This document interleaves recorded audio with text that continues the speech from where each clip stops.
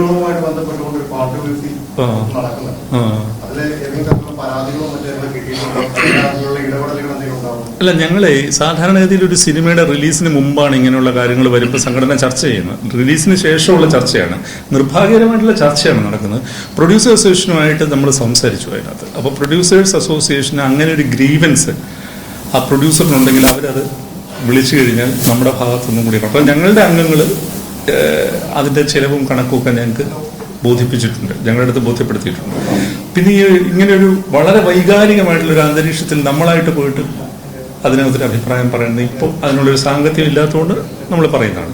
പിന്നെ ഇതിനകത്ത് പൊതുവേ പറയാനുള്ളൊരു കാര്യം, ഒരു സിനിമ ഓടിയില്ല എന്നുണ്ടെങ്കിൽ അല്ലെങ്കിൽ ഒരു സിനിമ ഒക്കെ എന്തെങ്കിലും പ്രശ്നമുണ്ടെങ്കിൽ ഇങ്ങനത്തെ പ്രശ്നങ്ങൾ ഉണ്ടാകുന്നത് വൈകാരികമായ പ്രശ്നങ്ങളൊക്കെ ഉണ്ടാവും. പക്ഷേ സംവിധാനം ചെയ്ത ഒരു നടനാണെന്നൊക്കെ പറയുന്നത് ഭയങ്കര മോശം കാര്യമാണ്. മനസ്സിലായോ? ഇപ്പോൾ ഇന്ന് ഞങ്ങളുടെ എഡിറ്റേഴ്സ് യൂണിയനിലെ സെക്രട്ടറി പറഞ്ഞത്, കേൾക്കണേ നിങ്ങൾ, ഞങ്ങളുടെ എഡിറ്റേഴ്സ് യൂണിയനിലെ സെക്രട്ടറി പറഞ്ഞത്, ഈ നടന്മാരുടെ നിർദ്ദേശം അനുസരിച്ച് എഡിറ്റ് ചെയ്ത് അവരൊരു വഴിയാവുന്നു എന്നാണ് പറയുന്നത്. സിനിമ അത് പരാതിയായിട്ട് വന്നിട്ടുണ്ട്, ഇല്ലേ വിപിൻ? പരാതിയായിട്ട് വന്നിട്ടില്ലേ? വന്നിട്ടുണ്ട്. അപ്പോ ഞങ്ങൾക്ക് ആരോടും എന്താ പറയണ്ട, ഒരു കലഹത്തിന് പോകാനൊന്നും ഞങ്ങൾക്ക് താല്പര്യമില്ല. പക്ഷെ ഒരു കാര്യം ഉറപ്പിച്ചു പറയാൻ ആഗ്രഹിക്കുകയാണ്, സിനിമ ഉണ്ടാക്കിയെടുക്കുന്നത് സംവിധായകനോടൊപ്പമുള്ള സാങ്കേതിക പ്രവർത്തനമാണ്. നടന്മാർ അവരുടെ ജോലി ചെയ്താൽ മതി എന്ന് പറയാൻ ഞങ്ങൾ ആഗ്രഹിക്കുന്നു. ഒരു നടനും മലയാളത്തിൽ ഗോസ്റ്റ് ഡയറക്റ്റ് ചെയ്യാനായിട്ട് ശ്രമിച്ചിട്ടുമില്ല.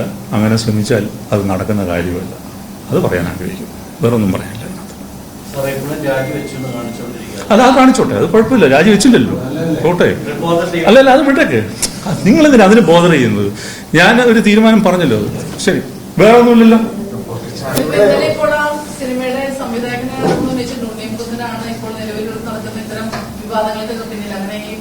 അതിനൊന്നും ഞങ്ങൾ ഭാഗമാക്കാറില്ല കേട്ടോ. അതൊക്കെ ഒരു വ്യക്തിയും തമ്മിലുള്ള പ്രശ്നമാണ്. ഞാൻ പൊതുവായിട്ടുള്ള കാര്യമാണ് പറഞ്ഞത്.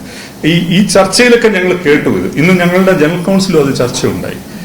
ഈ സക്സസ് ആവുന്ന സിനിമ പെട്ടെന്നൊരു നടൻ ആണ്, മറ്റേ സംവിധായകന്റെ കഴിവുകേടാണ് എന്നൊക്കെ പറയുന്ന ഒരു സംഗതി ഉണ്ടല്ലോ. അങ്ങനത്തെ മിത്തുകളിലൊന്നും ഒരു കാര്യമില്ല എന്നാണ് പറഞ്ഞത്. അങ്ങനെയൊന്നുമില്ല.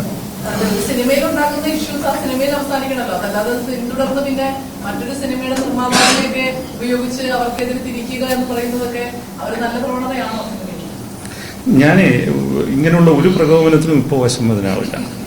ഞാൻ നേരത്തെ പറഞ്ഞല്ലോ, പ്രൊഡ്യൂസേഴ്സ് അസോസിയേഷൻ അത് അഡ്രസ് ചെയ്യട്ടെ, എന്നിട്ട് നമുക്ക് നോക്കാം. ആ അഡ്രസ് ചെയ്യുന്നൊരു ഒരു സമയമാകുമ്പോൾ നോക്കാം. പണ്ടത്തെ പോലൊന്നും വയ്യ സൈഫിൻ നിസാം, വളരെ ഒതുങ്ങിയിരിക്കുക. ശരി, ഓക്കെ ആവട്ടെ. Thank you.